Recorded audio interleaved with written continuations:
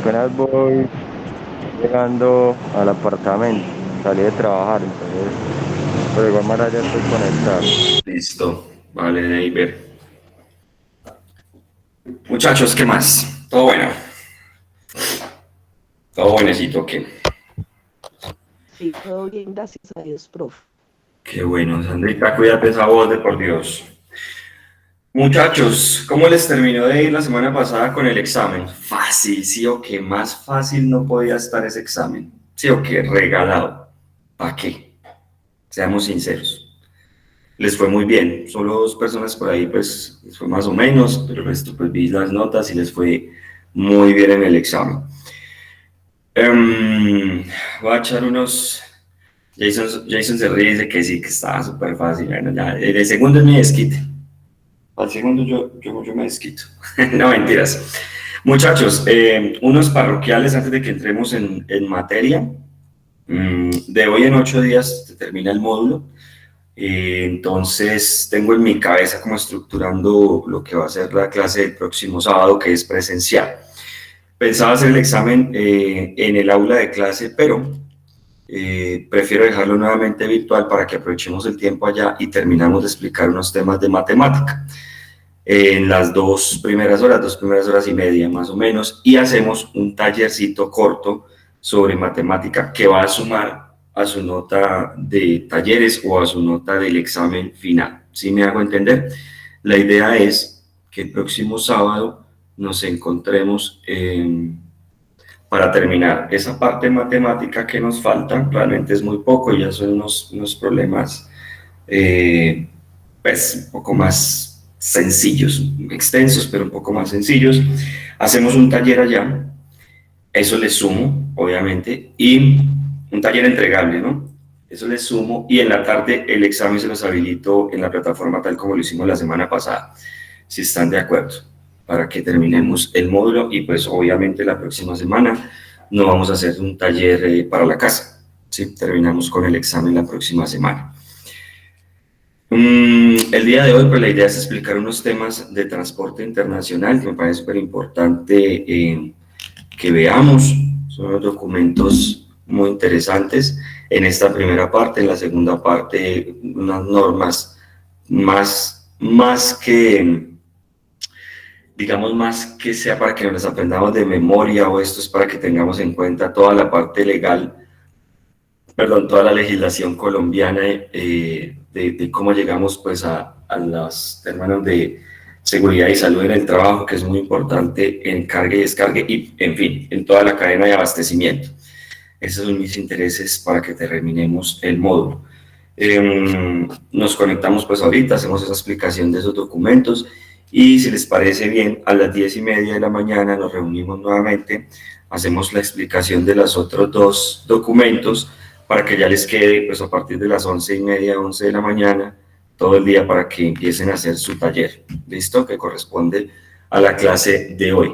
Es un taller si bien es corto, es bastante de análisis, porque lo que pretendo es que busquemos una empresa, que puede ser en la que trabajen, busquemos un proceso y hagamos como todo el informe, por así decirlo, de esa empresa. ¿Listo? Esos son mis parroquiales.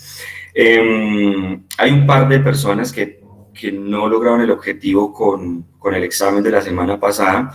Ellos sí la próxima semana van a tener un taller de refuerzo en la jornada de la tarde, pero eso se lo explico allá para que no nos contaminemos con tanta información, así que no nos preocupemos pues por esas calificaciones, ¿listo? Creo que nadie me debe talleres, estoy mirando, bueno, hay como una persona, dos personas que me deben taller, pero pues creo que es que no están viniendo a clase, entonces más tarde les doy así como notas, por así decirlo, para que tengamos en cuenta quienes me están debiendo talleres, evaluación del ser también, quienes me están debiendo la evaluación del ser, mmm, para que nos pongamos al día con esas actividades antes de que cerremos el módulo. ¿Listo? ¿Estamos de acuerdo, muchachos? Silencio administrativo quiere decir que sí. Ya hice por acá. No, listo, Sí, profe. señor. Sí, profe. Listo. De una. Entonces arranquemos. Ah,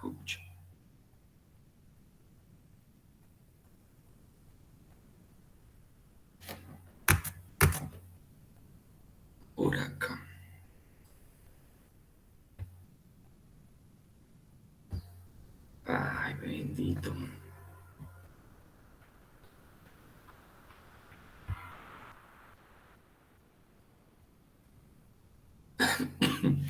Listo, ya están viendo mi pantalla, ¿sí o qué?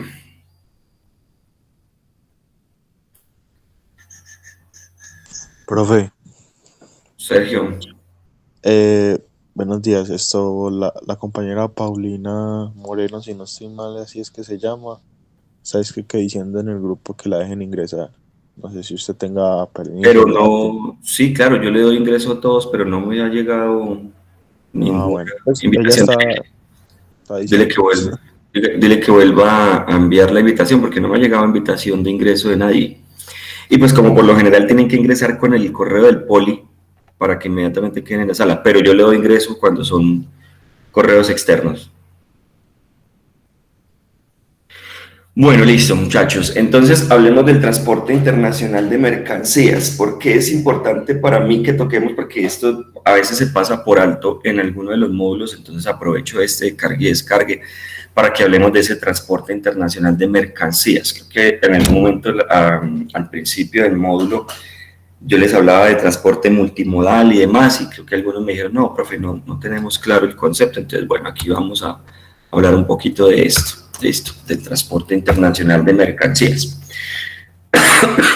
Entonces, en el transporte internacional de mercancías intervienen pues unas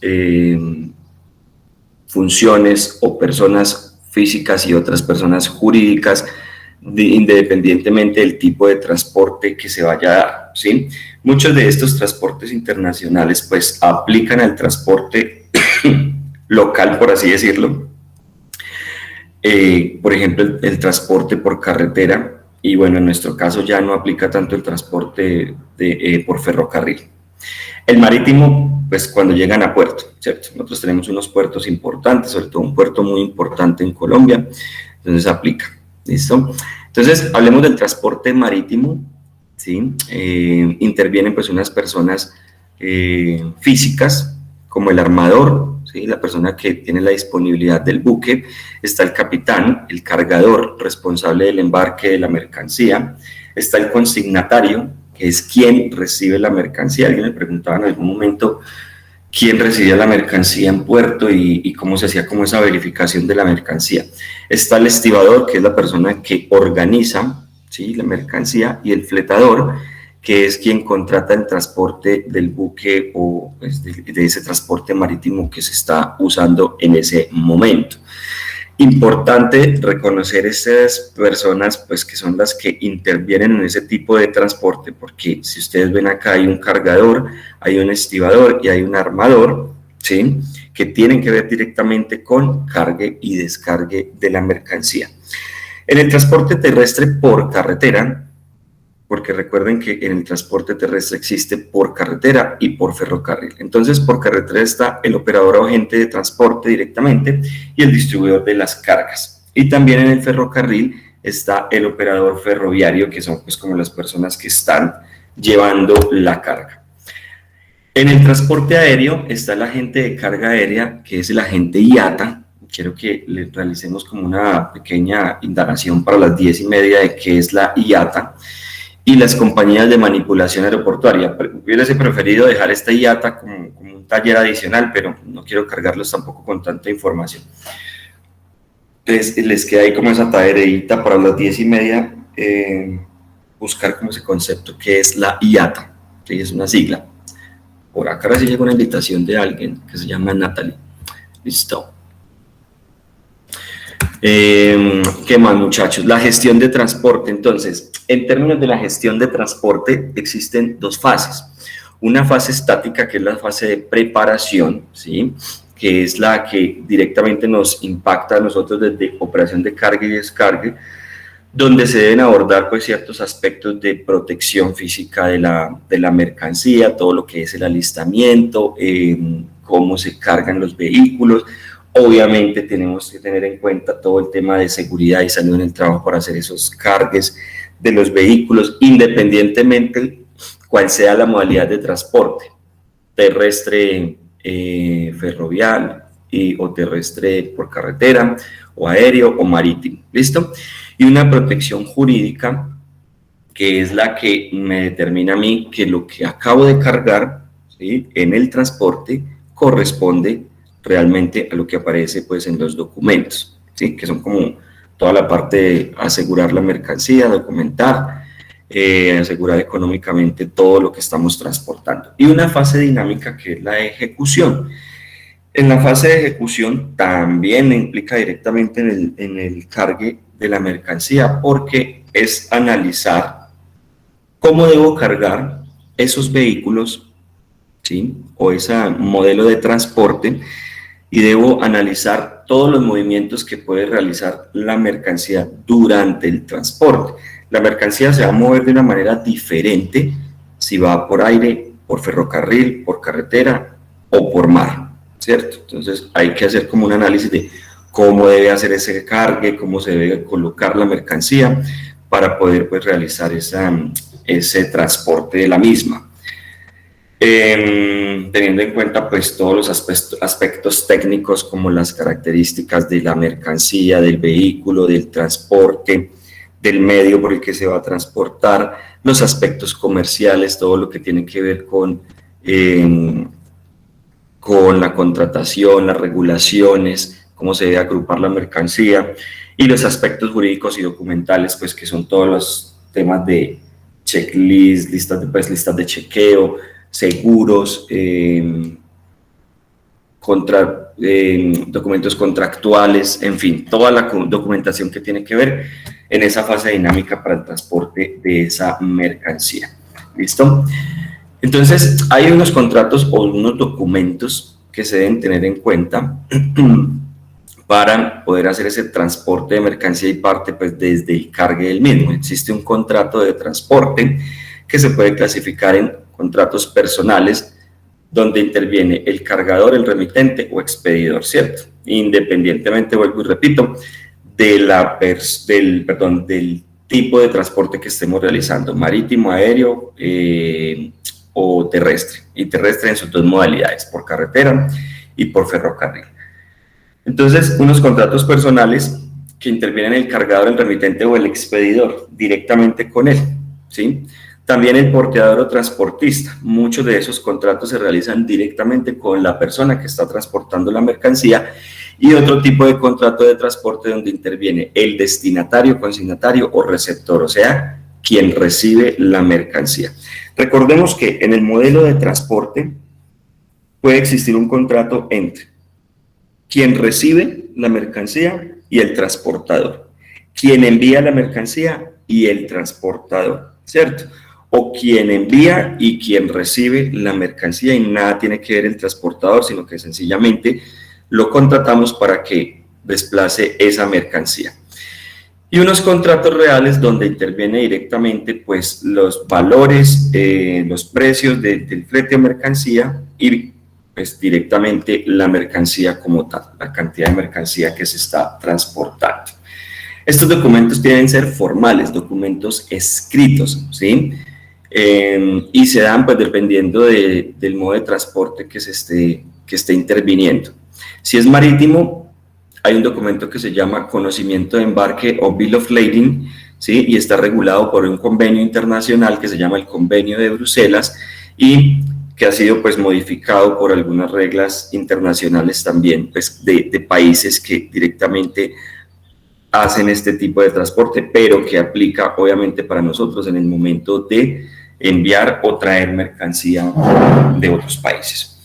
En el transporte terrestre por carretera y también por ferrocarril existe la carta de porte. Ese es como el contrato, o el CRT, la carta de porte, pues donde va consignado absolutamente toda la información de lo que nosotros estamos transportando por carretera.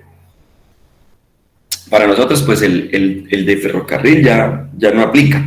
Es realmente, pues en Colombia desafortunadamente involucionamos, retrocedimos gracias a gobiernos de hace más de 50 años, donde acabaron pues como todo el tema de las vías ferroviarias por meter todo un transporte carretero, ¿cierto? Pues el transporte por ferrocarril era más económico, mucho más sencillo de transportar, y eso lo acabamos pues como todas esas vías ferroviarias donde sacaban mercancía desde el eje cafetero hasta la costa atlántica, que era mucho más económico, más rápido, más fácil. Por meter un transporte de carretera, pues obviamente ustedes saben que hay intereses de que hayan carreteras, hayan peajes y las flotas pues grandísimas de empresas transportadoras que creemos que pertenecen a nosotros porque tenemos un camión, pero eso es mentira, eso es de las grandes empresas o del gobierno. Entonces digo involucionamos porque pues retrocedimos obviamente como 50 años teniendo algunas vías ferroviarias, pero bueno.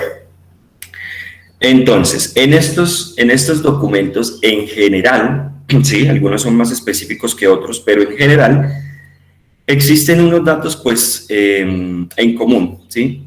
Y de obligación, como el expedidor, el destinatario, la fecha y lugar en el que se carga, la cantidad de bultos o de estivas, o en fin, de mercancía, números, marcas, por eso también muy importante, que es algo que yo siempre les he dicho, la marcación de las cajas, de las estivas, en fin, de los empaques primarios, secundarios o terciarios, descripción de la mercancía, el peso y la ubicación, entre otros, son los principales que deben llevar este tipo de contratos para entender qué es lo que estamos transportando.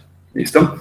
Dentro del transporte marítimo hay unas características fundamentales, entonces es un transporte pues que básicamente es internacional, ¿sí? Nosotros pues teníamos también un transporte fluvial, no marítimo, pero un transporte fluvial importante, que era ¿cuál? ¿Cuál era ese transporte fluvial con el que contábamos nosotros en Colombia? El río Magdalena. Muy bien, Sandrita, el río Magdalena, que también dejamos acabar la navegabilidad por el río Magdalena, acabamos con grandes empresas como Dragacol de Colombia, que era la que mantenía o le hacía mantenimiento al río Magdalena para que fuera navegable. Jason, ¿cómo así que eso no lo sabía? Claro, el río Magdalena era, mejor dicho, una vía, ¿cierto?, fluvial, pues por donde podíamos hacer transporte de mercancía. De hecho, pues así se construyó Colombia a partir del río Magdalena.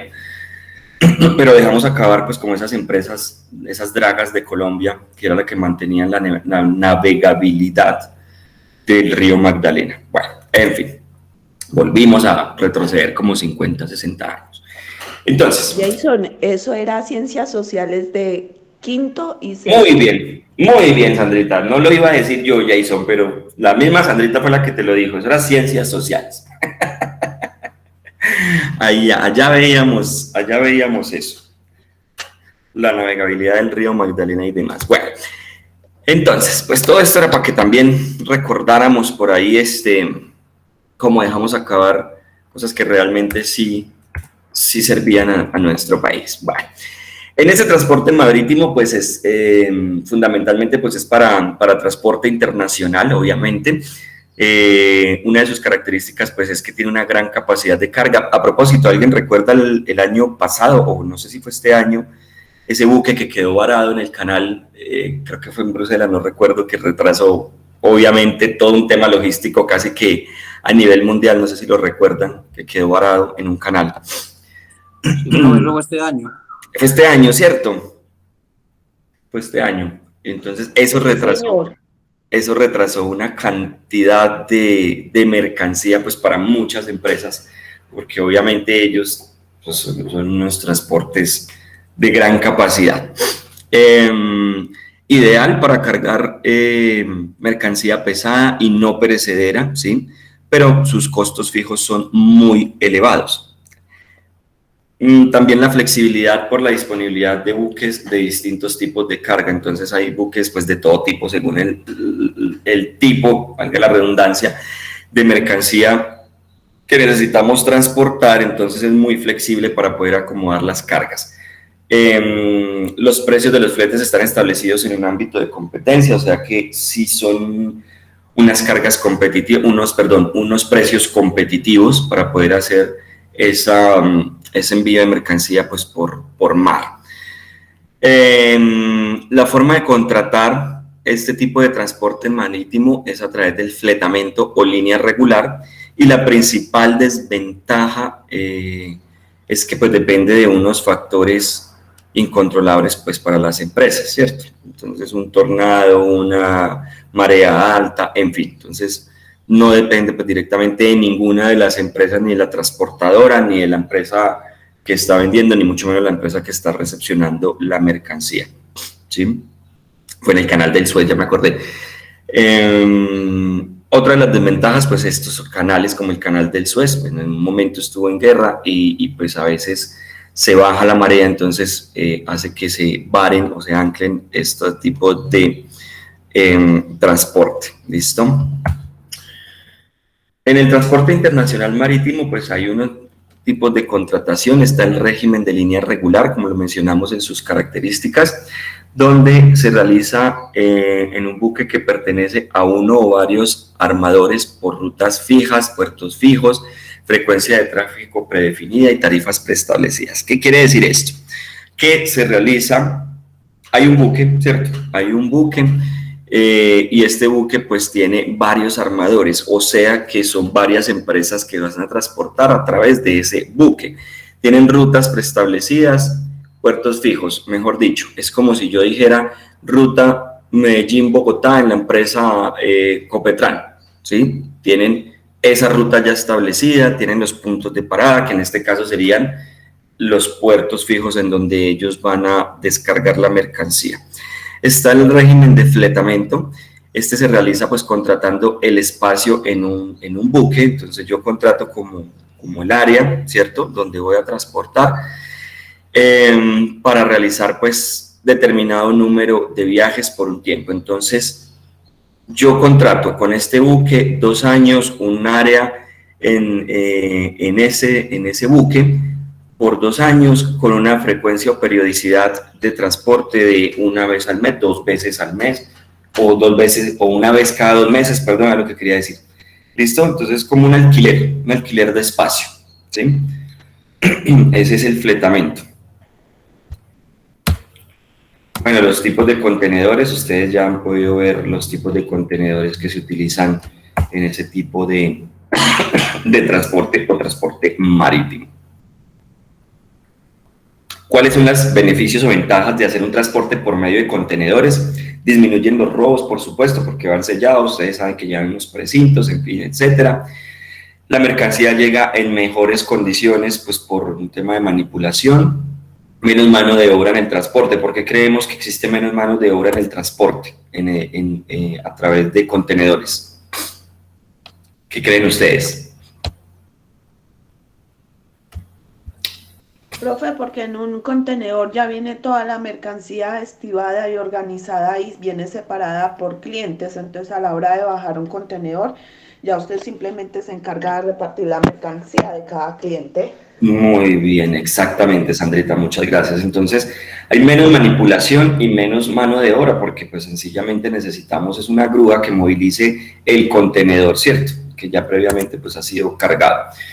Entonces, esto me lleva pues a menos costos de manipulación y de almacenaje en puerto, menor costo de envases, simplificación del trámite aduanero en transbordos o combinaciones, menor estadía de buques en puerto, porque pues obviamente descargar una mercancía, por decirlo así, mano a mano, con un buque en un puerto, pues va a ser una eternidad, mientras que con una grúa pues estoy bajando los contenedores, es rápido que puedo sacar ese buque del puerto, ¿sí? Y mayor rapidez de viaje por menos tiempos en puerto. Entonces, eso por ese lado. También existe un transporte fluvial. Ojo, es diferente el marítimo al fluvial. Nosotros contábamos con un transporte fluvial, que ya lo dijimos, era el río Magdalena. Entonces, este es complementario. Este es complementario al transporte marítimo, pues llega la mercancía a puerto y muchas empresas o gobiernos complementan este transporte marítimo a través de sus canales fluviales o ríos grandes por donde puedan transportar, ¿sí? Entonces se basa en 2 aspectos fundamentales. Primero, en la existencia de zonas industriales o agrícolas o yacimientos o sitios o aglomerados donde o lo que llamamos nosotros ahora zonas francas, que están pues colocadas obviamente adrede para que sea mucho más fácil pues su llegada a puerto. Y existen puertos en las desembocaduras, ¿listo? Entonces es como colocadas intencionalmente en esos sitios, en esos puntos donde ese transporte fluvial o ese río pasa para hacer ahí el cargue o el descargue de la mercancía.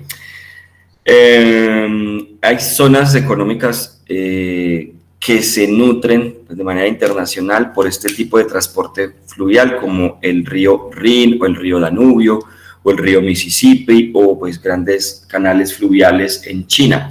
Es mucho más económico, entonces debemos entender cuando yo les digo por qué involucionamos o retrocedimos 60 años, es porque era mucho más económico transportar por estos canales fluviales, o en nuestro caso por el río Magdalena.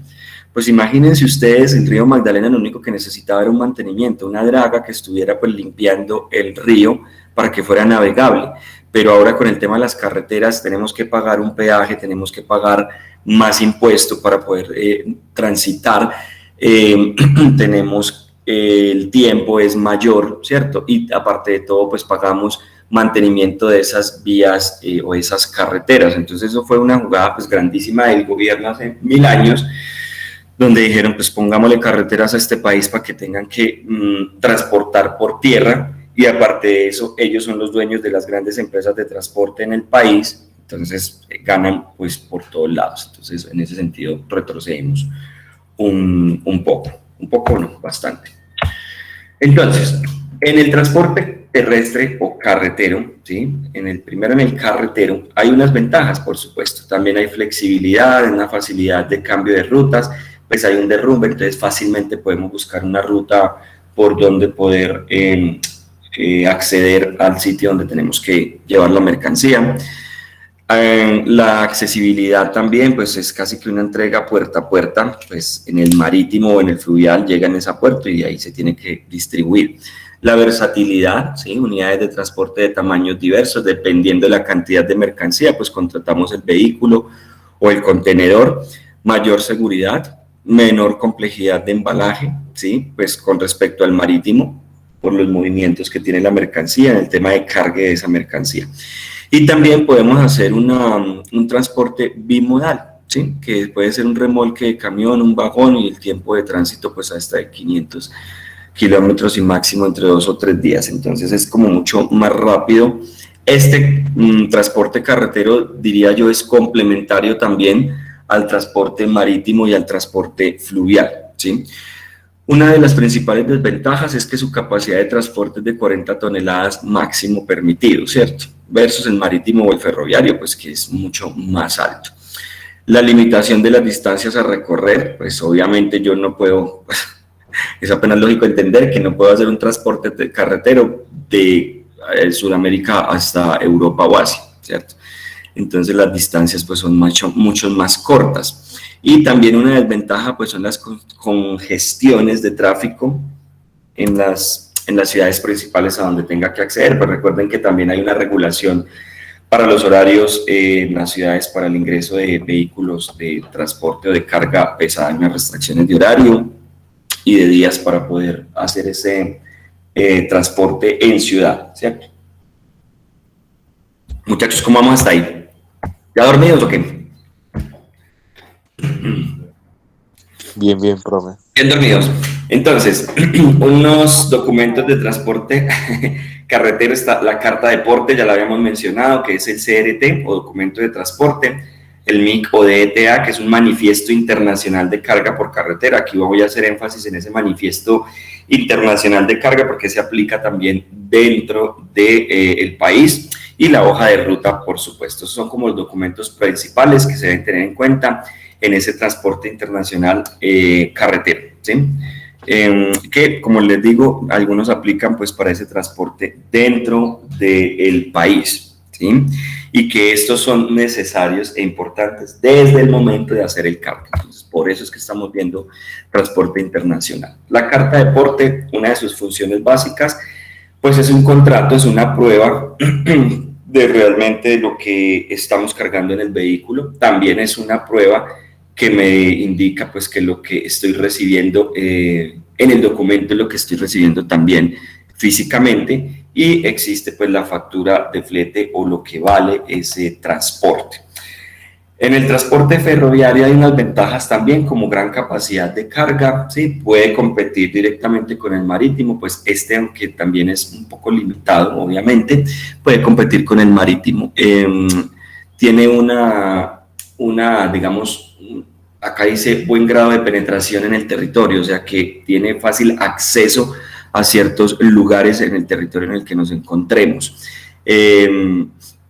También una gran flexibilidad, puede transportar pues pequeños paquetes o grandes contenedores dependiendo de la adecuación que tenga ese tren, ¿sí? Dentro de las principales desventajas que tiene es que debe tener un empaque pues muy específico para permitir manipulaciones extremas, ¿sí? Obviamente el tren pues está más descubierto y expuesto pues a cualquier otro tipo de situación, digamos, medioambiental y también del ser humano. Ay, perdón muchachos, me dio la rinitis. Bueno, y también el transporte aéreo, ¿sí? El transporte aéreo pues es el, digamos, como el más nuevo, ¿sí? El más actual. Es este tipo de transporte. Tiene una simplificación en cuanto a la documentación para exportaciones de la vía terrestre, unificando tarifas y pues las condiciones del viaje, pues es como más estable poder transportar de manera aérea. Sus costos son un poco más elevados, ¿sí? Pero podemos adecuar la mercancía dependiendo pues el valor, el tamaño y la urgencia o rapidez con que necesitemos transportar, y obviamente también dependiendo de la sensibilidad de la mercancía. Por ejemplo, pues mercancía perecedera. Hoy precisamente 11 de septiembre, ¿recuerdan qué pasó el 11 de septiembre de hace 20 años, muchachos? Lo de la Torre Melliza. Lo de las Torres Gemelas. Sí, señor. Lo de las Torres Gemelas. Hoy hace 20 años, pues fue este evento mundial que colapsó el tema del transporte aéreo, tanto pues de personas como de mercancía. Yo estaba en ese momento en la ciudad de Bogotá trabajando en una exportadora de flores. Recuerden, mes de septiembre, amor y amistad, Colombia, en todas partes, exportador de flores. Y obviamente las flores pues es una mercancía muy sensible.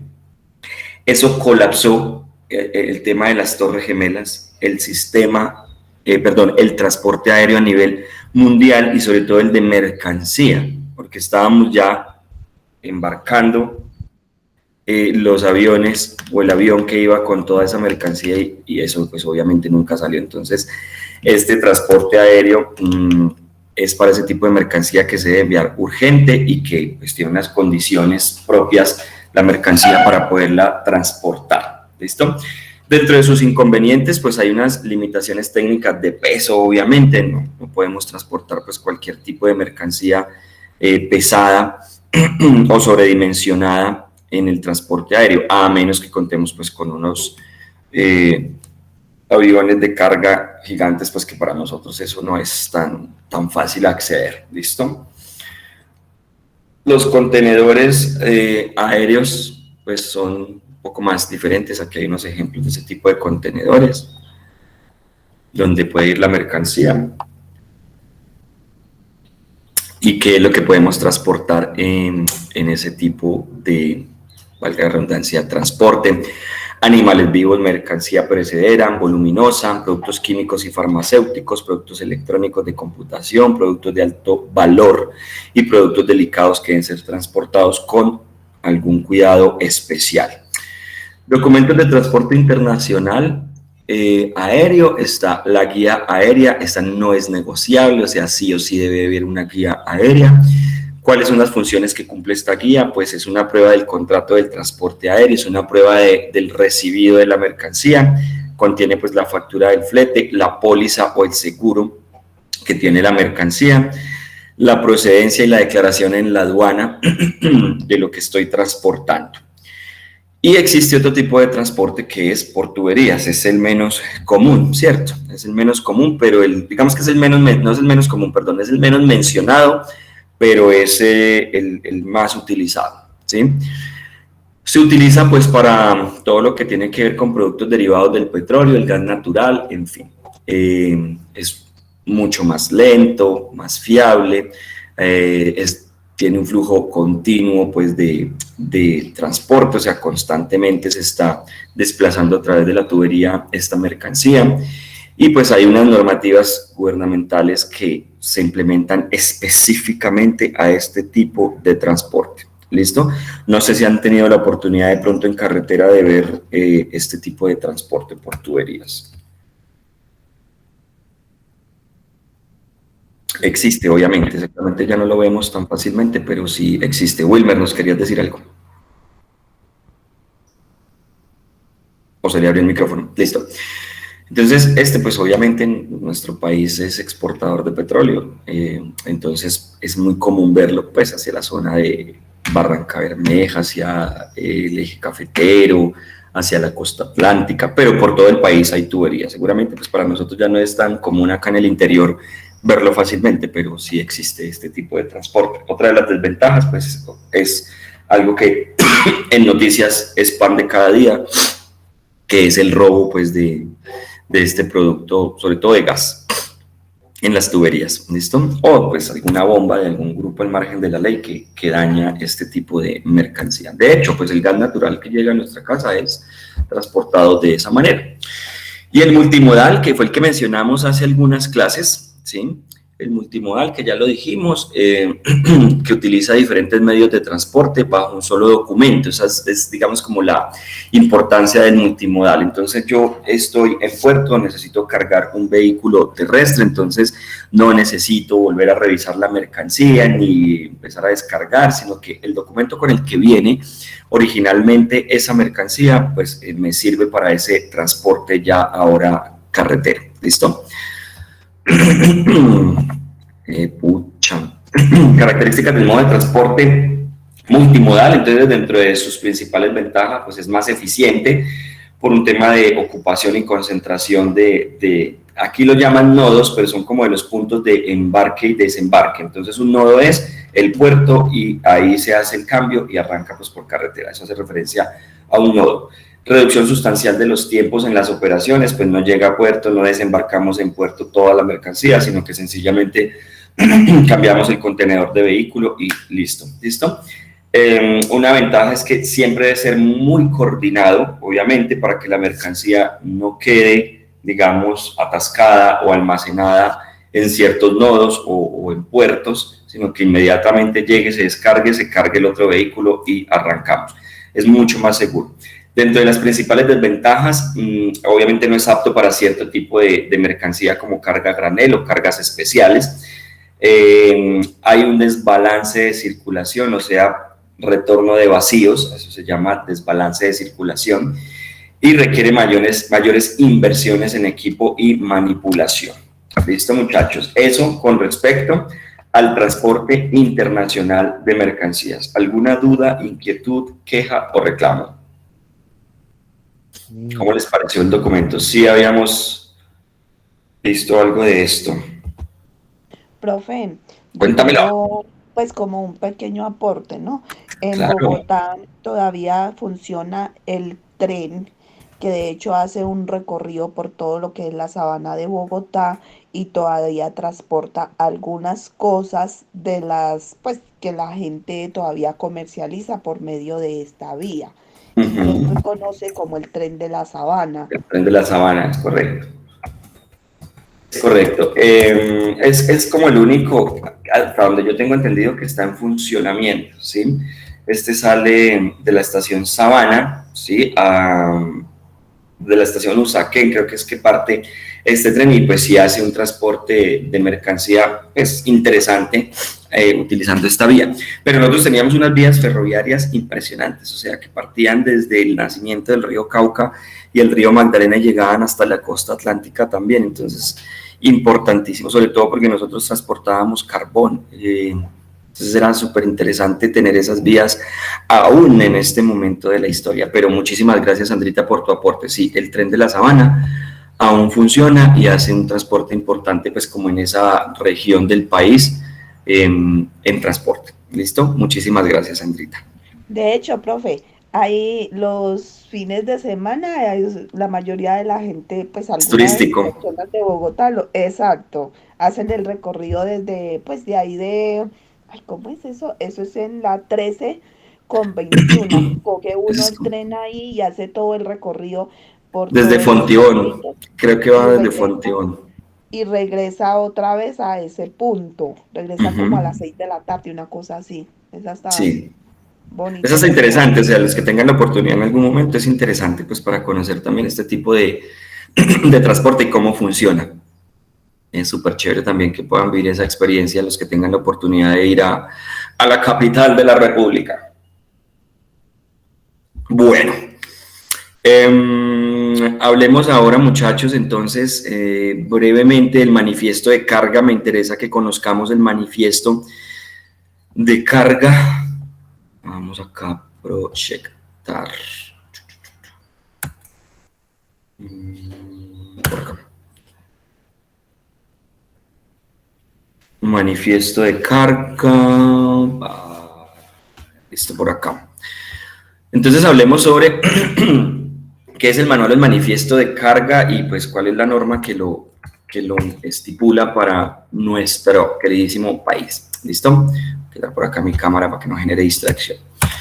Entonces, se rige bajo la resolución 3924, perdón, del 17 de septiembre de 2008. ¿Sí? El que les estoy mostrando es un manifiesto de carga actualizado al 2019. Este lo encontramos de manera ya virtual. O sea, el manifiesto de carga lo podemos diligenciar virtual en la página del Ministerio de Transporte. Pero hay unos conceptos previos. Hay una tarjeta de Registro Nacional de Transporte de Carga y este documento entró en vigencia a partir del 2018 a reemplazar la tarjeta de operación y es únicamente el Ministerio de Transporte en Colombia el encargado pues, de registrar a todo propietario o conductor de un vehículo que preste servicio de carga. Todos los conductores o propietarios de vehículos de transporte de carga deben tener una tarjeta de Registro Nacional de Transporte de Carga. El manifiesto de carga, ¿qué es? Este es un documento donde se ampara o se declaran ante las autoridades de tránsito o de transporte de mercancías, sí, sea la que sea, donde se coloca absolutamente toda la información de lo que está pasando en ese transporte, ¿sí? Debe ser llevado o portado, siempre lo debe tener por el conductor, perdón, el conductor del vehículo durante todo el recorrido, siempre. El manifiesto de carga es único para cada transporte, o sea, yo voy a ir de Medellín a Barranquilla, Curramba la Bella, con una mercancía. Existe un manifiesto de carga únicamente para ese tránsito. Medellín, Barranquilla, con esta mercancía. Si me devuelvo con otra mercancía, hay que hacer otro manifiesto de carga. ¿Listo? Entonces es válido por recorrido. Este es el Registro Nacional de Transporte, pues es muy parecido como a la, ¿cómo llama? La tarjeta, al pase, pues tiene una información importante del vehículo. Este es como el pase del vehículo, mejor dicho. Tiene esta información general, la fecha de expedición, placa, modelo, marca, línea, clase de vehículo, el combustible que utiliza ese vehículo, el tipo de carrocería, el peso bruto, bueno, en fin, toda la información del vehículo como tal y también la información, espérenme, yo por acá les cambio este puntero, toda la información de la empresa con la cual está trabajando. Si es de una persona, pues va a ser a nombre del propietario de la persona. Listo. Hay una remesa terrestre de carga. Este documento, el cliente o destinatario deja constancia del recibido de la mercancía, o sea, esta remesa también la debe llevar el conductor y el cliente o destinatario, quien recibe la mercancía, deja como el OK de que recibió a conformidad la mercancía. También el término de titularidad, ¿sí? La titularidad, perdón muchachos, tengo una rinitis con unas agrieras, pero no es COVID, esperemos que no. Esta titularidad se realiza cuando el servicio es particular o privado, sobre todo en transporte pues, terrestre, ¿sí? El conductor debe exhibir a la autoridad de tránsito que lo solicite esta titularidad, o sea, esta remisión o esta factura de mercancía que demuestre a quién corresponde esa mercancía, o sea, título de quién va esa mercancía. Esto pues en Colombia obviamente es supremamente importante porque ahí me contratan como conductor y ni idea que llevará ese vehículo, entonces pues, ustedes saben que acá hay un transporte obviamente de mercancía ¿cómo lo podríamos llamar? Ayúdenme, muchachos. Bueno, ilegal, de mercancía ilegal, y pues muchas veces se ven involucrados son los conductores, ¿cierto? Los transportadores, pues que no tienen ni idea que llevan ni nada que ver tienen en el asunto. Esta es la remesa terrestre de carga. Entonces se debe diligenciar también siempre que se va a hacer ese tipo de transporte, lleva como esa información general de la carga de la empresa transportadora. Acá importante, se las muestro, es porque esta remesa tiene también el número del manifiesto, o sea, debe coincidir la remesa terrestre de carga con el manifiesto también de la carga, ¿cierto? Con el número del manifiesto, pues porque diga, el manifiesto esto es lo que lleva y la remesa coincida también con la mercancía que está llevando. Y existen unos seguros contractuales y extras contractuales que también se deben portar en que se deben llevar en ese transporte terrestre. ¿Qué son estos seguros? Pues son pólizas de responsabilidad civil que cubren los siguientes riesgos. Ojo pues, muchachos, hay una póliza contractual que cubre contra muerte, incapacidad permanente, incapacidad temporal, gastos médicos, quirúrgicos, farmacéuticos y hospitalarios. Esa es la contractual, o sea, que cubre o asegura a la persona o personas que están realizando el transporte, ¿listo? O porque tuvieron un accidente y murió, o porque tuvo una incapacidad permanente o una incapacidad temporal, en fin, y todos los gastos pues que den lugar a ese accidente. Y existe una póliza extracontractual que cubre contra muerte o lesiones a una persona, daños o bienes de terceros. ¿Qué quiere decir esto? Que cubre, en caso de un accidente, a las personas que se vean involucradas en ese accidente, pero que no tienen nada que ver con el transporte. ¿Sí queda claro ese concepto de las dos pólizas? Muchas veces pasa que no, pues sí, es que lleva la póliza, sí, pero es que esa póliza solo cubre contra accidente, muerte o incapacidad de la persona que está transportando, más no si atropelló a alguien en la carretera. ¿Listo? Clarísimo, ¿sí o qué? Muchachos, háblenme. Sí, no. Listo. Hay unos criterios que se deben cumplir para el diligenciamiento de ese manifiesto de carga.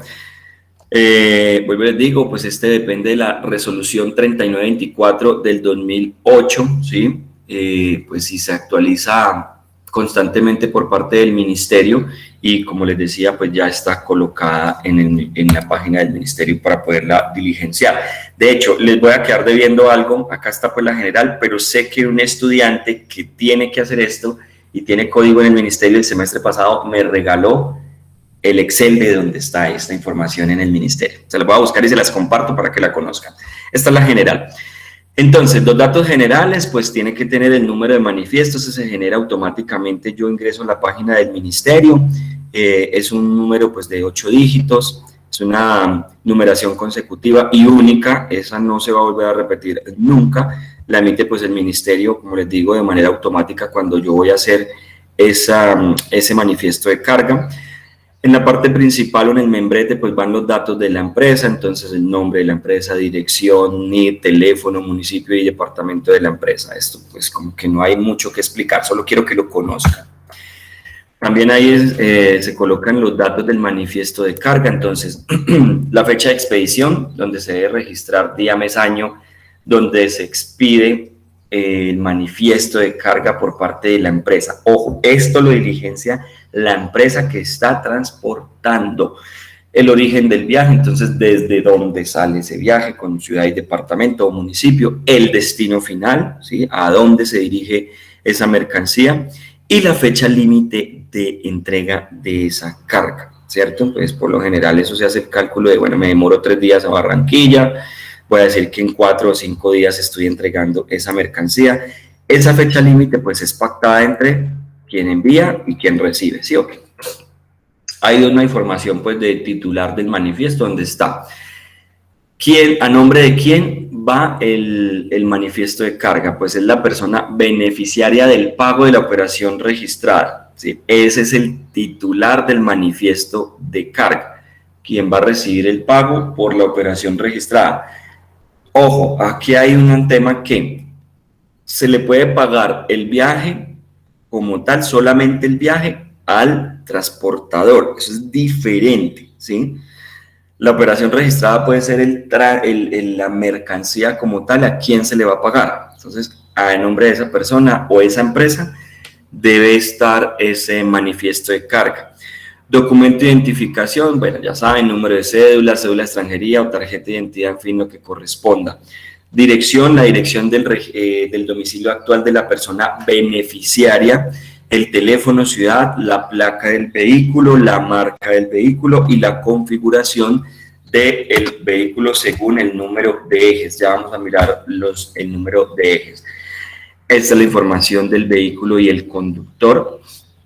Entonces, acá va el titular del manifiesto, es diferente al conductor o puede ser igual al conductor, ¿cierto? Entonces, para que lo tengan en cuenta.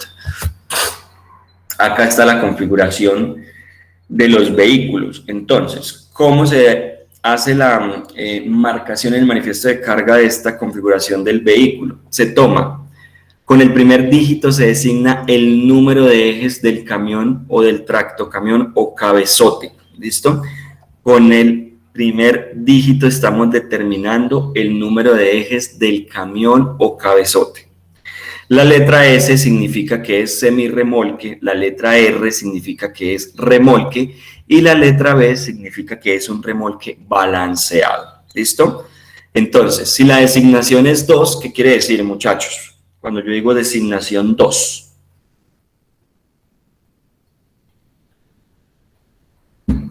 Los perdí. Profe, que es de 2 ejes. ¿Qué tipo de ejes? Que tiene 2 ejes, muy bien. La designación 2 es que el cabezote, o sea, esta parte, ¿sí? Sin tener en cuenta el contenedor, tiene 2 ejes, muy bien. El 3, pues, que tiene 3 ejes, así como se ve acá en el ejemplo. Y el 4, que tiene 4 ejes, como se ve en el ejemplo. Vamos por acá. Entonces, aquí está el esquema del vehículo. Yo tengo este tipo de vehículo y me dice que es un 2S1. ¿Qué quiere decir? Que el remolque tiene 2 ejes, perdón, que el vehículo tiene 2 ejes. La S hace referencia a que es un semirremolque y el 1 quiere decir que el remolque tiene un eje. ¿Sí es claro, muchachos? Esa configuración. Sí, profe. Muy bien. Para que después no digan que es que uno no les explicó, que en el examen les preguntó lo que no había dicho. Listo, y así sucesivamente. Por ejemplo, 2S3. El cabezote tiene 2 ejes, es un semirremolque y el remolque tiene 3 ejes. 3. El remolque tiene 3 ejes, mírenlos acá. Y el cabezote tiene 2 ejes. Y la S hace referencia a que es un semirremolque. ¿Listo?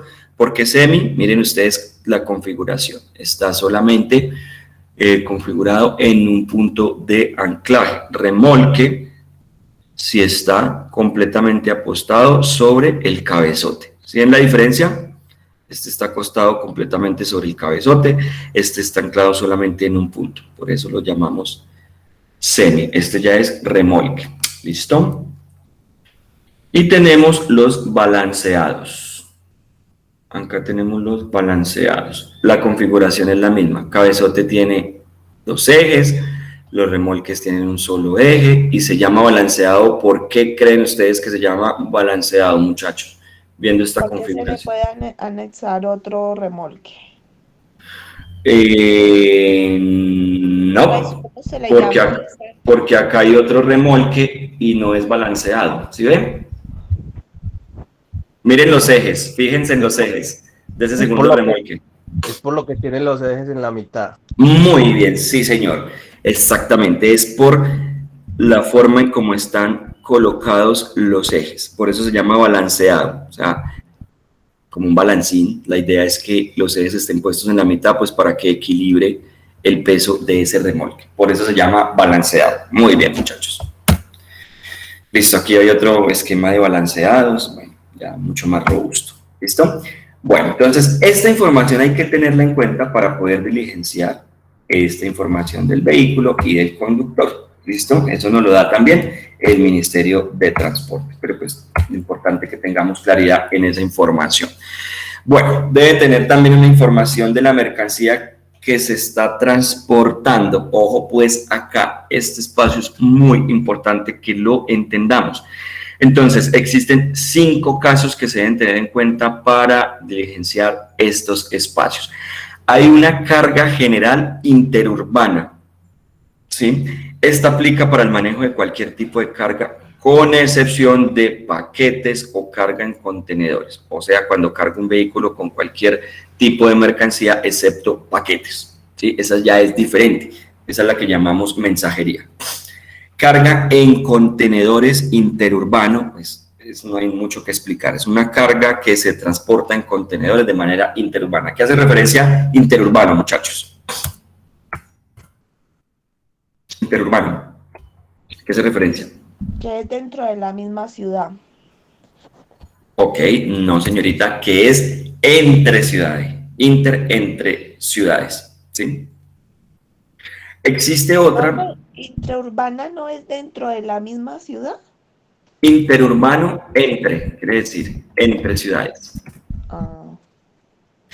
Bueno, existe, pero lo pregunto porque sé que eso nos genera cierta confusión. Bueno, entonces está el interurbano general y el de contenedores. Hay otros 3 tipos. Hay unos vehículos consolidadores de carga interurbana. Entonces, cuando es un vehículo de servicio público de transporte de carga y está vinculado por más de una empresa al transporte a través de varios manifiestos de carga. ¡Qué enredo!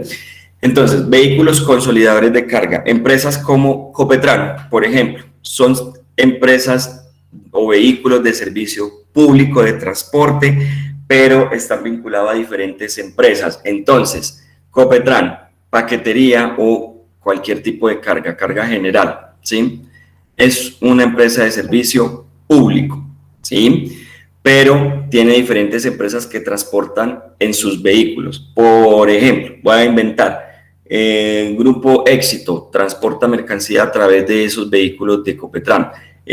Almacenes de Uno transporta a través de Copetran. Entonces, tiene que llevar diferentes manifiestos de carga. ¿Es claro eso? Porque tiene que llevar el manifiesto de carga de la mercancía de Grupo Éxito, tiene que llevar el manifiesto de carga de la mercancía de almacenes de Uno, etcétera, etcétera, etcétera. ¿Listo? ¿Clarísimo? ¿Sí o qué? Sí. Listo, paqueteo interurbano. Este sí es paqueteo, es únicamente pues que mandamos nosotros como sobres y demás. Aplica, pónganle cuidado, cuando las empresas en su operación manejan la carga separada en bultos y el peso de cada bulto es mayor a 2 kilogramos y el número de remesas que compone un viaje es mayor o igual a 10. ¿Qué empresas de paqueteo interurbano conocemos, muchachos?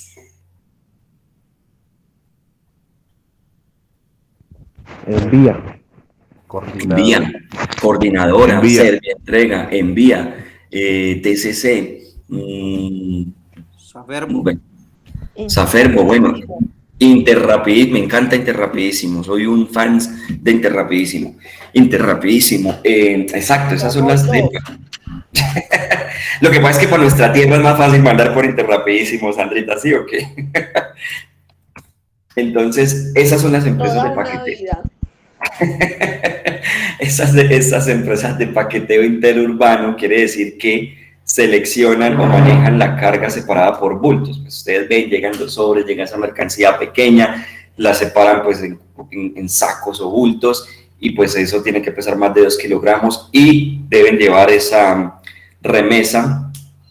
El número de remesas debe ser mayor o igual a 10 para considerarla como paqueteo interurbano.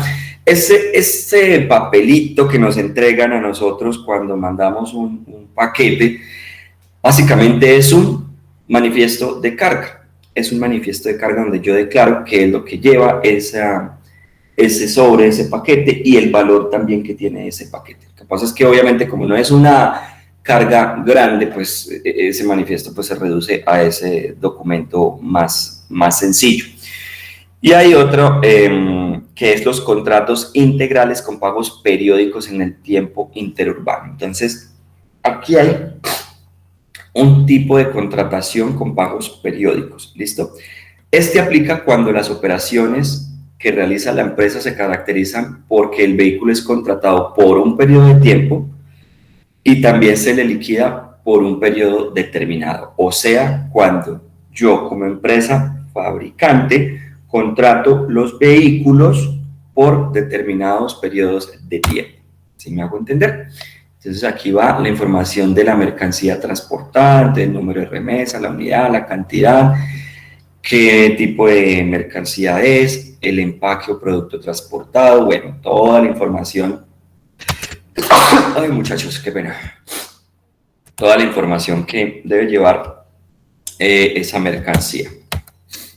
Los seguros de la mercancía, también, el dueño de la póliza, quién es el responsable de esa póliza. La mercancía, si está asegurada, pues se debe decir si sí o si no está asegurada. Y el tomador del seguro, pues que por lo general es la empresa o el remitente o muchas veces el destinatario, según la negociación que se haya hecho. ¿Listo? Entonces la empresa puede decir, no, yo lo coloco a nombre mío, en caso tal de que haya una pérdida, pues yo recibo ese dinero y ya yo cuadro con la persona a la que le vendí la mercancía. O la aseguramos a nombre de la persona que va a recibir la mercancía, porque finalmente pues él es el dueño ya de esa mercancía. ¿Listo? El precio del viaje, ojo pues con esta información. El valor total del viaje, pues se debe registrar el valor del transporte, ¿cierto? Y a nombre de quién se va a pagar. Entonces se debe pagar al titular del manifiesto y se deben tener en cuenta los siguientes criterios. Ojo porque anteriormente vimos el valor de la carga, ahora es el precio del viaje, a quién se le va a pagar el viaje, ¿listo? Lo lógico sería así, pues se le paga al conductor, pero ojo, hay que tener en cuenta el tipo de contratación que tiene ese vehículo con la empresa, ¿listo? Entonces, cuando el vehículo es de propiedad de la empresa de transporte de carga, la casilla es 0. ¿Por qué? Porque sencillamente yo, como fabricante, ¿cierto?, contraté la empresa de Sandra Tamayo y dije, empresa Sandra Tamayo, usted va a poner a disposición de mi mercancía su flota de vehículos. Entonces, ella lo que va a hacer es que le va a pagar un salario a sus conductores. ¿Qué quiere decir esto? Que yo le pago a la empresa Sandra Tamayo por los viajes que necesite, entonces el precio del viaje va a ser 0. Cuando la empresa suscriben con los propietarios de vehículos de servicio público contratos integrales con pagos periódicos, también es 0. Entonces, yo ahora contraté con Copetran, entonces yo le digo a Copetran, señores Copetran, periódicamente yo voy a enviar paquetes y cada mes, cada 2 meses, yo cuadro con ustedes ese precio, entonces la casilla también es 0. Cuando el propietario de un vehículo es leasing y el locatario es la empresa de transporte que expide el manifiesto de carga, la casilla es 0. ¿Sabemos qué es leasing? No, señor. Listo, vamos entonces. Entonces, el leasing hace referencia cuando yo tengo un vehículo y o sea, quiere decir, cuando lo rento, cuando lo rento a la empresa de transporte, ¿sí? Entonces, yo lo hago en leasing. La empresa de transporte me dice, Jairo, déjeme su vehículo, ¿sí? Su camioneta, lo que sea, como se llame. Natalie, nos levanta por acá la mano. Profe, yo, entonces lo que hace Justo y Bueno es un leasing. No tengo ni idea cómo transporta Justo y Bueno. Profe, todo lo que es alquilado, o sea, tanto la instrumentaria de ellos y los carros son arrendados, son de otra empresa. Ok, eso fue. Pero ojo, porque el leasing es cuando yo le alquilo mi vehículo y yo no lo manejo, ¿sí? Quiere decir, yo tengo mi vehículo y Grupo Éxito me dice, Jairo, rénteme su vehículo, o sea, entrégueme su vehículo y yo le pago una mensualidad. Yo le pago 2 millones, 3 millones, 4 millones de pesos de Eso sería alquiler. más o menos como cuando uno arrienda una propiedad. Más o menos, eso es un leasing, exactamente, eso es un leasing.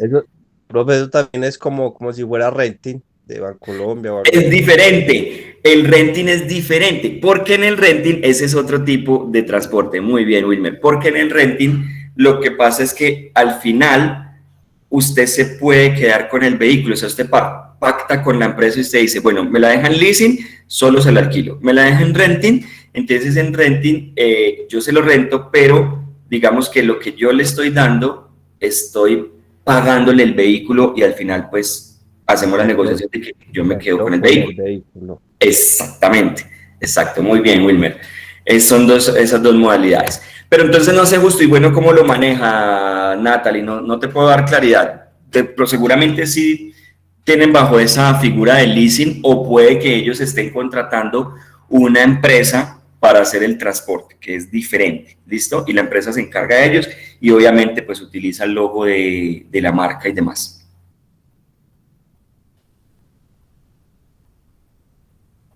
Hola. Bueno, profe. ¿Listo? Pero para que entendamos entonces cómo es la modalidad en todos los casos del precio del viaje. Entonces, cuando es propiedad de la empresa, pues es cero porque el vehículo es mío y chao, yo solamente le pago salarios a mi empleador, ¿cierto? Cuando hacemos el contrato con pagos periódicos a empresas de servicio público, cero. Cuando el propietario del vehículo es un leasing, ¿sí? Y el locatario es la empresa de transporte, también es cero. Ya entendimos qué es el leasing, ¿no? Cuando el vehículo ha sido vinculado a la empresa mediante un contrato de arrendamiento operativo o renting, que era el otro caso, entonces el leasing solamente arrendamiento y el renting es arrendamiento con posibilidad de compra, ¿listo? Esa es la diferencia, ¿listo? También es cero. Y se debe calcular el valor total del viaje mediante una metodología y criterios que se deben tener en cuenta en un anexo, que es este anexo, que creería ya debe estar actualizado. Este es del Ministerio de Transporte, así lo establece el Ministerio de Transporte. Este es del 30 de septiembre de 2009. La verdad, muchachos, les soy sincero, he buscado uno más actualizado, no lo he encontrado, entonces asumo que este es el actualizado. Entonces, con base en este anexo es que se hace esos cálculos de envío de mercancía, pues cuando se utiliza, eso por lo general, realmente siendo muy sinceros, no se utiliza mucho. Entonces él me da unas relaciones, una tabla donde me relaciona el transporte con diferentes destinos. Entonces, ¿cuánto me vale de Armenia a Barranquilla, de Armenia a Bogotá, de Armenia a Bucaramanga, Armenia a Buenaventura, luego de Barranquilla a Bogotá, a Armenia, de Barranquilla a Bogotá, etcétera, etcétera. Me relaciona ciudades principales, ustedes se fijan ahí, pues ellos no me están relacionando Málaga, Santander, ellos me están relacionando las ciudades principales, ¿cierto? Entonces, con eso se parte una base. Ya les explico cómo se hace para esos tramos que no son principales. Dentro de ese precio de viaje también se debe tener en cuenta pues retefuente, reteica y se calcula el neto a pagar, el valor anticipado. Miren, el valor anticipado dice acá, el valor que la empresa paga por adelantado en el inicio del viaje. Si no hay anticipo es cero. Pues eso también dependerá de las condiciones del contrato que hayamos pactado. No, le doy 200.000 pesos para que arranque y allá le termino de pagar. Y el saldo a pagar, pues es la diferencia del neto, eso como que no tiene mayor ciencia que lo entendamos. Acá lo podemos ubicar en esta parte del manifiesto de carga, ¿listo? Se debe registrar también en letras, ¿listo? Y ojo, en el pago del saldo se debe registrar el lugar en el cual será pagado el saldo del valor del viaje. Si yo lo pago en el destino o si lo pago de donde parte la mercancía. ¿Listo? Y ya por último, pues las recomendaciones y las firmas de las personas que intervienen en ese manifiesto de carga. ¿Listo, muchachos? Entonces, hay una información que debe llevar también el manifiesto de carga y son los códigos y los tipos de productos. Esto no se los voy a leer porque estos son muchísimos. Entonces, sección 1 para animales vivos, sección 2 para productos del reino vegetal, etcétera, etcétera. Él me tiene, o el ministerio tiene estas divisiones para colocar los códigos del producto que estoy transportando. Están súper discriminados. Vea, sección 3, grasas, aceites animales o vegetales, producto de su desdoblamiento, o sea, derivados, grasas alimenticias elaboradas, ceras de origen animal o vegetal, y así cada uno de los productos. Ustedes, sección 12, calzado, sombrería, paraguas, quitasoles, bastones, látigos, fustas y sus partes, plumas preparadas y artículos de plumas, flores artificiales, manufacturas de cabello, en fin. Absolutamente todo lo que podamos transportar está discriminado en diferentes secciones para poder colocarlas en el manifiesto de carga. ¿Listo?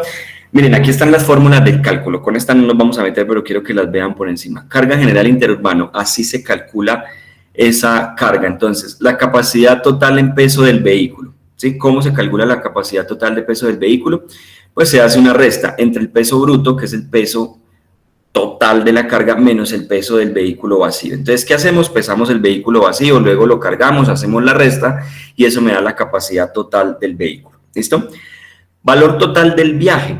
¿Cómo se calcula el valor total del viaje? Entonces tenemos el valor por tonelada de la ruta a evaluar. ¿Cuál es el valor por tonelada de la ruta a evaluar? Acá está el valor por tonelada de la ruta a evaluar. ¿Listo?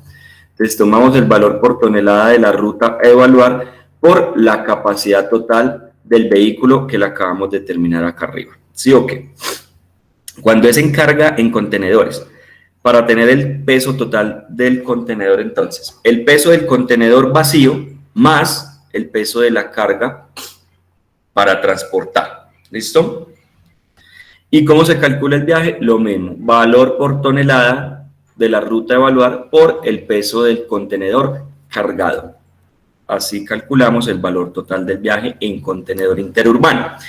En vehículos consolidadores, entonces, valor total del viaje por manifiesto. Recuerden que este se debe calcular por manifiesto. Entonces, el valor por tonelada de la ruta, que ya lo conocemos de la tabla, por el peso total de la carga a transportar. En paqueteo interurbano, valor total del viaje se calcula valor por tonelada de la ruta por el peso total que se va a transportar. Por eso es que cuando vamos a las empresas de paquetería no pesan absolutamente todo y le dan un valor específico a eso. ¿Listo? Entonces, ¿cómo se calcula el valor por tonelada de la ruta? Entonces se calcula de la siguiente manera. El valor en pesos o en la moneda que se esté manejando de la ruta de referencia que está en la tabla sobre la distancia en kilómetros de esa ruta. ¿Listo? Se divide el valor sobre la distancia. Así me va a dar el valor por tonelada. Y el valor mínimo por tonelada en ruta no contemplada. Porque recuerden, yo voy de Medellín, Bucaramanga, pero de Bucaramanga tengo que mandar eso para mi pueblo que se llama Málaga. Y esa ruta no es una ruta principal, es una contemplada. Entonces yo tengo que hacer el cálculo de esa ruta contemplada. ¿Cómo lo calculo? El valor por tonelada por kilómetro, que lo acabé de calcular acá arriba, ¿sí o qué? Por la distancia de la ruta no contemplada. ¿Es claro, muchachos? ¿Cómo lo calculamos? ¿O nos perdimos desde que empecé a decir manifiesto de carga? Yo me perdí ese pedacito porque se me cayó el internet. Se me desmayaron. Yo dije, se desmayó esta gente. Bueno, lo que les quiero decir con esto es que el Ministerio de Transporte nos da una base de valor por tonelada de unas rutas de referencia, ¿cierto? Que son ciudades principales. Pero es que resulta que el paquete no va para Barranquilla y no va para Soledad Atlántico. Entonces hay que calcular ese tramo entre Barranquilla y Soledad. Para calcular ese tramo entre Barranquilla y Soledad, debemos primero conocer el valor por tonelada en la ruta de referencia. ¿De dónde lo sacamos? De esa tabla que nos da el ministerio sobre la distancia, ¿sí? Y eso nos da ese valor, esa referencia. Y luego, para poder calcular esa ruta no contemplada, que es Barranquilla-Soledad, entonces, este valor que acabo de determinar, ¿sí? Que es el valor por tonelada, por la distancia de esa ruta no contemplada, o sea, por los kilómetros que hay entre Barranquilla y Soledad. De esa manera puedo calcular el valor de transporte de mi mercancía desde Medellín hasta Soledad. Perdón, el de Medellín, Barranquilla, fácil calcular, ¿cierto? Y luego le sumo el de Barranquilla, Soledad. Así se hacen esos cálculos. De pronto, si quieren, de hoy en 8 días, como esto es de matemática, lo podemos ver ya en el tablero un poco más sencillo, si les parece, chicos. Sí, sería bueno, profe. Listo, muchachos. Dudas, inquietudes. Esto de pronto también para darle un poquito de claridad a Natalie, de cómo, creo que tú me has preguntado la semana pasada esos cálculos pues, de cálculo de distancias y cuánto pagarle a los, ¿cómo se llama? Mensajeros. De alguna manera puede servir. Lo que pasa es que si es paquetería local, es muy difícil calcularlo por toneladas. Muchachos, dudas, inquietudes, quejas o reclamos hasta este momento. ¿Nos vamos a desayunar o qué? ¿Qué dicen ustedes?